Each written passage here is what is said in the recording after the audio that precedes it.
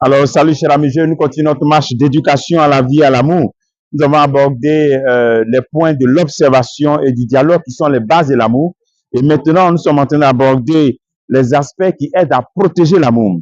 Et l'aspect du respect a été abordé la dernière fois. Aujourd'hui, nous parlons de la patience. Aimer, c'est patienter. La patience est un chemin d'or, dit-on. Donc, si tu veux avoir de l'or, tu vas avoir un amour fort, il faut que tu sois patient. Et la parole de Dieu nous aide aussi à comprendre cela, et même la nature autour de nous. Lorsqu'on voit un grand arbre, mais c'était une petite graine, comme Matthieu chapitre 13, verset 31, 32 nous le dit. Le règne des cieux est comparable à une graine de moutarde, qui est la plus petite des graines. Mais lorsque on la plante, elle pousse, elle devient un grand arbre et les oiseaux du ciel viennent se poser.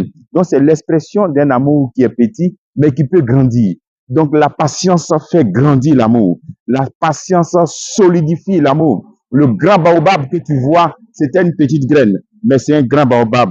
Et rien ne peut détrôner ce baobab-là. Donc la patience t'aide à t'éduquer, à maîtriser tes sens, à maîtriser ton corps, à maîtriser tes pulsions.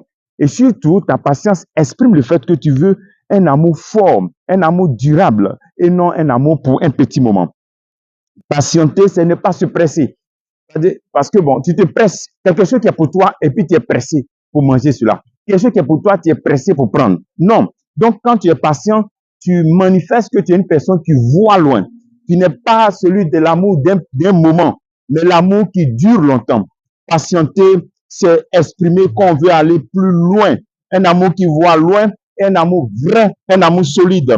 Patienter t'aide à dominer tes pulsions et surtout à mettre Jésus-Christ au centre de ta relation, à mettre Dieu au centre de la relation, parce que l'amour vient de Dieu et c'est Dieu qui nous donne l'amour. Et si tu n'as pas une relation forte avec lui, comment tu pourras aimer comme Dieu t'aime, comme Jésus-Christ t'aime? Donc, patienter, c'est aimer toi-même, aimer Dieu et aimer l'autre. La patience t'aide à découvrir d'autres aspects de la vie à deux, tels que le dialogue, parler pour mieux se connaître. On a déjà parlé de ça. La connaissance réciproque, arriver à se connaître, arriver à se regarder, arriver à se contempler.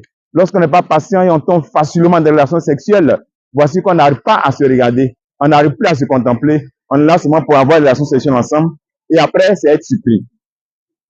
Et cette patience t'aide à découvrir que l'amour est plus grand que le sexe.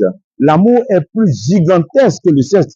Et que dans une vie à deux, ce n'est pas seulement le sexe. Et même dans ta vie de célibataire, le plus important, ce n'est pas le sexe. Donc, voici l'importance de la patience vécue dans la chasteté, vécue dans l'amour. Et la patience sécurise et fortifie l'amour avec, bien sûr, la patience et le respect. Que Dieu te bénisse au nom du Père et du Fils et du Saint-Esprit. Amen.